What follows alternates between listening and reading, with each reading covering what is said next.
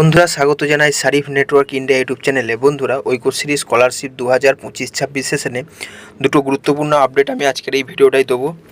প্রথম যে আপডেটটা দেবো সেটা হচ্ছে লাস্ট ডেট নিয়ে, দ্বিতীয় যে আপডেট দেবো সেটা হচ্ছে নতুন লট জেনারেশন নিয়ে, আর তার সাথে পেমেন্ট নিয়েও একটু আলোচনা হবে। তাই ভিডিওটা শুরু থেকে শেষ পর্যন্ত পুরো দেখো, আর অবশ্যই সারিফ নেটওয়ার্ক ইন্ডিয়া ইউটিউব চ্যানেলকে সাবস্ক্রাইব করে দেবে।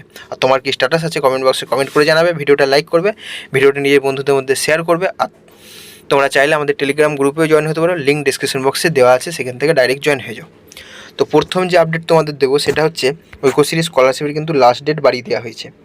এই যে ঐক্যশ্রী স্কলারশিপের ওয়েবসাইটে আমি যখন আসছি তখন তোমরা কিন্তু দেখতে পাচ্ছ এই যে welcome to Aikyashree scholarship portal, phone toll free number 1800-120-2130, latest update applications with respect to post matric TSP MCM and SVMCM fresh and renewal application for the academic year 2025-26 can be made till 31st July 2026।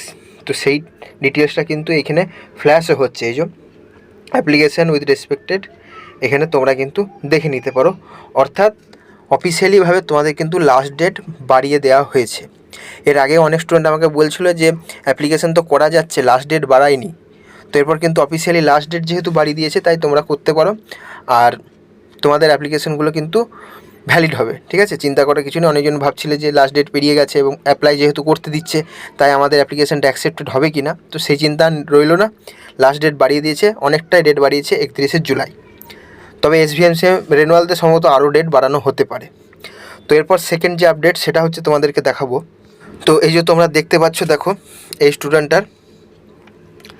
স্টুডেন্টটার তোমার lot number generate হয়েছে কবে, ভালো করে দেখো, 27/5/2026। ঠিক আছে, lot number generate হচ্ছে, সেখানটা আমি ব্লিঙ্ক করে দিচ্ছি, এখানটা দেখতে পাচ্ছ। এই স্টুডেন্টটার লট নাম্বারটা দেখতে পেলো 9 তারিখ থেকে। ঠিক আছে, ঠিক, অনেকজন বলছে 8 তারিখেও দেখেছে। তো মূলত মানে লট পড়ার অনেক দিন পর কিন্তু তাদের লট নাম্বারটা শো হলো, যেটা আমি আগে বলেছিলাম আগের ভিডিওগুলোতে। লট নাম্বার পড়লে সঙ্গে সঙ্গে দেখায় না, সাধারণত 10 দিন পর শো হয়। কিন্তু সেই রকমই এই লট নাম্বারটা 27/5/2026 পড়েছে, কিন্তু শো এই 9-10 তারিখ করে হলো ধরে নাও, মানে প্রায় 10 দিনই ধরে নাও, 10 দিন পর শো হলো। এরপর এদের সমস্যা হচ্ছে যে পেমেন্টটা আমরা কবে পাবো। দেখো পেমেন্ট নিয়ে আমি একটা অলরেডি আপিল ভিডিও দিয়েছি, পশ্চিমবঙ্গ সরকারকে আপিল করার।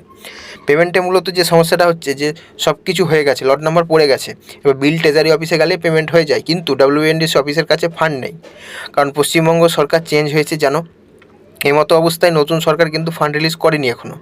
ফান্ড রিলিজ করে দেবে এবং তোমরা পেমেন্টগুলো পেয়ে যাবে। কারণ অনেক স্টুডেন্টের কলেজে ফি দেওয়া আছে, অনেকজনা বইপত্র কিনবে, অনেকজন হোস্টেলে ফি দেবে, বিভিন্ন রকম কার্যকলাপ করবে। তো সেই জন্য কিন্তু সরকারের কাছেও আমরা আগেও অনুরোধ রেখেছি, এখনও রাখছি, যে সরকারের কোনো আধিকারিক এই ভিডিওটা দেখলে আপনারা অবশ্যই যে পেন্ডিং পেমেন্টগুলো আছে মার্চ মাস থেকে, SVMCM আছে, তারপরে ঐক্যশ্রীর আছে, সেগুলো আপনারা রিলিজ করে দিন। তাহলে স্টুডেন্টরা অ্যাটলিস্ট পেমেন্টগুলো পেলে তাদের যে পেন্ডিং কাজগুলো করে নিতে পারবে। ঠিক আছে, এরপর এই লটের পেমেন্ট কবে দেওয়া হবে, সাধারণত 20 থেকে 25 দিন পরই লট পড়লে, মানে ধরো আজকে লট পড়লো তো 20 থেকে 25 দিন পরই তোমাদের পেমেন্ট দিয়ে দেওয়ার কথা, যেটা তোমাদের এই ফেব্রুয়ারি মাস পর্যন্ত হয়ে এসেছে 2026-এর।